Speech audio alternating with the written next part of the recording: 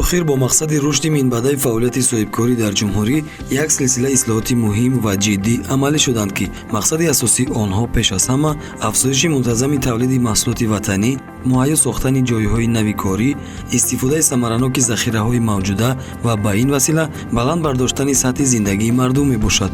дар 9 моҳи соли равон дар шаҳри Душанбе ҳаҷми умумии воридоти сармоя зиёда аз $230 миллион Иёлоти Муттаҳидаи Амрикоро ташкил дод, ки аз он сармоягузории хориҷӣ баробар аст қариб ба $94 миллион. дар нимсолаи аввали соли ҷорӣ дар ҳудуди шаҳри Душанбе 32 корхонаи ташкилот бо сармояи хориҷӣ фаъолият намуда ба иқтисодиёти шаҳр тақрибан $94 миллион Иёлоти Муттаҳидаи Амрико маблағ ворид намуданд.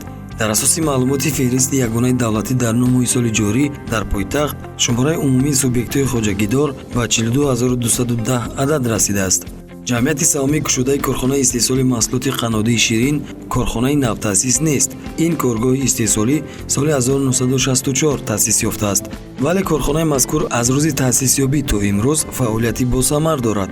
ҷараёни истеҳсолот дар корхонаи истеҳсоли маҳсулоти қаннодии ширин дар 5 сех ба роҳ монда шудааст. дар сехи якуми ин корхонаи истеҳсолӣ 6 навъи шоколади мевагӣ истеҳсол карда мешавад.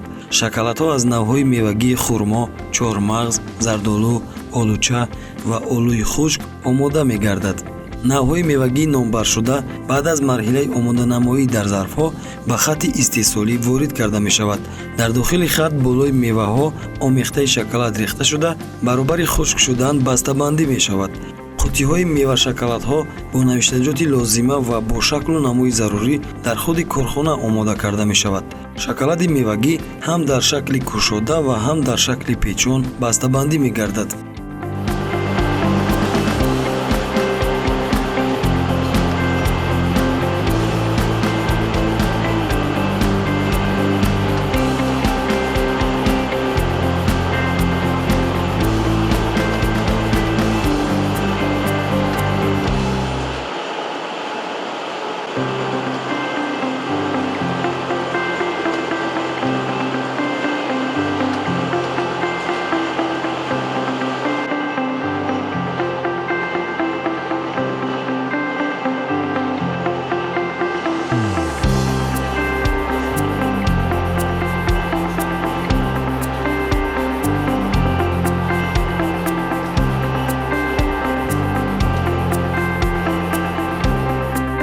дар сехи дуюми ҷамъияти саҳмии кушодаи корхонаи истеҳсоли маҳсулоти қаннодии ширин 5 навъи қандҳои шоколадӣ истеҳсол карда мешавад. маҳсулоти омехтаи хом дар дегҳои махсус бо ҳарорати зарурӣ омода гардида тавассути ин қубурҳо ба коргоҳи истеҳсолӣ ворид карда мешавад.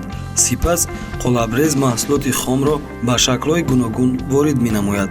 маҳсулоти қандҳои шоколадӣ аз хокаи шакар, хокаи какао, шираи оҳар, ширқиём, пюреи мевагӣ ва хушбӯйкунандаҳо иборат аст.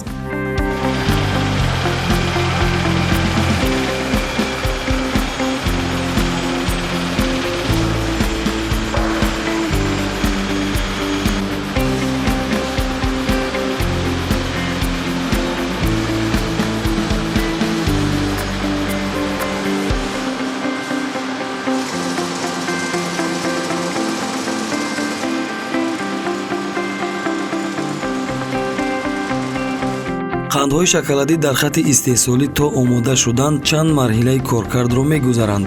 таҷҳизоти технологияи ин хатти истеҳсолӣ моҳи сентябри соли 2019 аз ҷумҳурии мардумии Чин ворид карда шуд, ки дар сифатан рақобатпазир истеҳсол шудани маҳсулот мусоидат менамояд.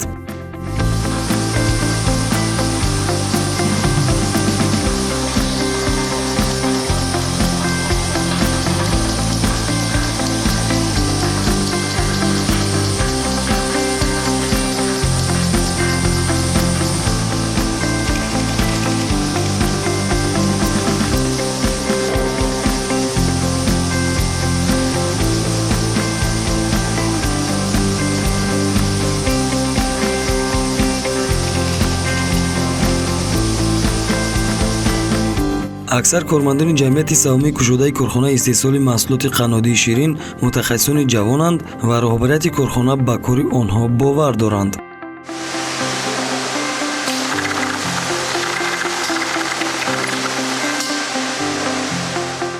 дар сехи сеюми корхонаи истеҳсоли маҳсулоти қаннодии ширин шоколад бо донаи чормағзи заминӣ истеҳсол карда мешавад. Таҷҳизоти муосири истеҳсолӣ имкон медиҳад ки дар раванди истеҳсолот ҳолати тозагӣ ва безарар коркард шудани маҳсулот таъмин гардад. Тафовути ин таҷҳизоти истеҳсолӣ аз технологияҳои сехҳои якум ва дуюм дар он аст ки он бастабандии шоколадҳо бо донаи чормағзи заминиро худ анҷом медиҳад.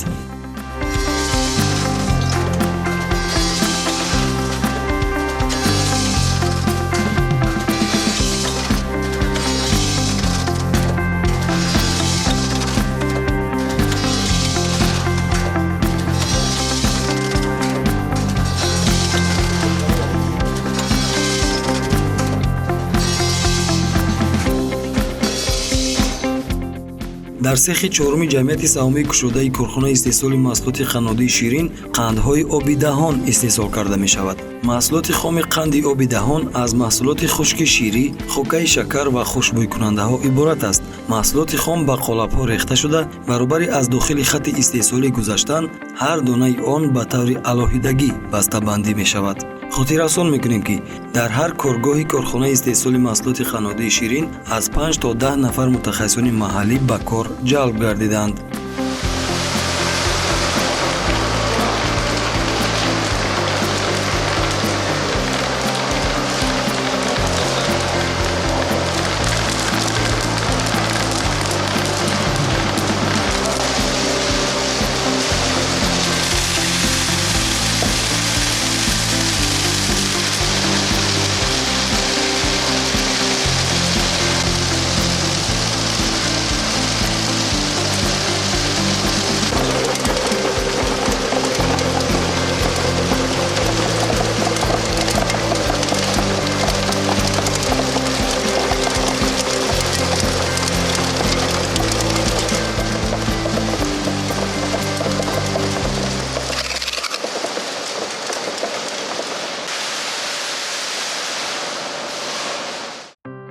ҳангоми наврбардорӣ аз ҷараёни истеҳсолот дар корхонаи истеҳсоли маҳсулоти қаннодии ширин мушоҳида кардем ки раванди фаъолият дар сехи панҷуми он нисбатан мураккаб ва васеъ буд. зеро барои омода кардани маҳсулоти хом ки аз он дар ин сех қанди ирис истеҳсол карда мешавад, масъулияти ҷиддитар тақозо мегардад. ин хамираи омехта то ба хатти истеҳсолӣ ворид шудан чанд марҳилаи коркардро паси сар мекунад. ҳангоми омода намудани маҳсулоти хом дар дегҳои махсуси дорои ҳарорати баланди гармӣ, мутахассисон омодашавии онро ҳар лаҳза зери назорати ҷиддӣ қарор медиҳанд. дар ин сех ба истиснои қанди ирис боз чанд навъи қандҳои мевагӣ низ истеҳсол карда мешавад.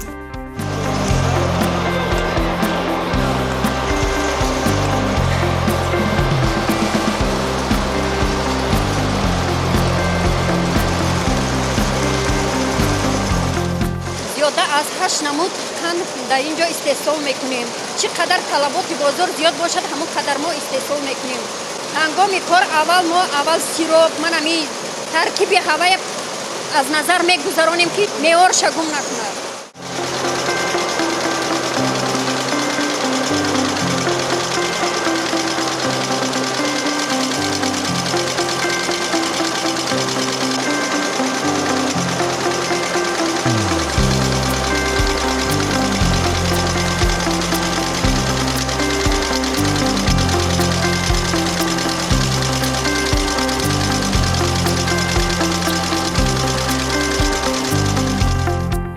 ҷамъияти саҳомии кушодаи корхонаи истеҳсоли маҳсулоти қаннодии ширин дар маҳалли мавқеияти худ фурӯшгоҳи фирмавӣ дорад ки тамоми номгӯи маҳсулотро бо нархи дастрас пешкаши харидорон гардонидааст.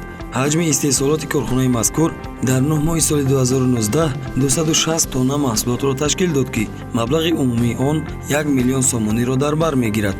корхонаи мазкур дар 9 моҳи соли равон 220 тонна маҳсулоти истеҳсолиашро фурӯхтааст ки роҳбарият ин нишондиҳандаро назаррас меҳисобанд. маҳсулоти истеҳсолии ин корхона асосан дар дохили кишвар ба фурӯш гузошта мешавад.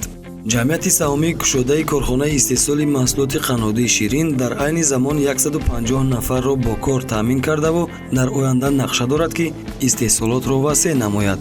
дар ин замина таъкид менамоем ки роҳбарони корхонаву коргоҳҳои истеҳсолӣ дар навбати худ бояд ҷиҳати амалӣ гардидани ҳадафи умумимиллӣ санъатикунонии босуръати мамлакат ва иҷрои вазифаи иҷтимоии худ таъсиси ҷойҳои корӣ ба мардуми кишвар ҷаҳду талош намоянд ва фаъолияти худро барои баланд бардоштани мақоми тоҷикистони азизамон равона созанд, чунки аз фаъолияти саноатчиёну соҳибкорон пешрафту ободии ватан ва болоравии сатҳу сифати зиндагии мардум вобаста мебошад.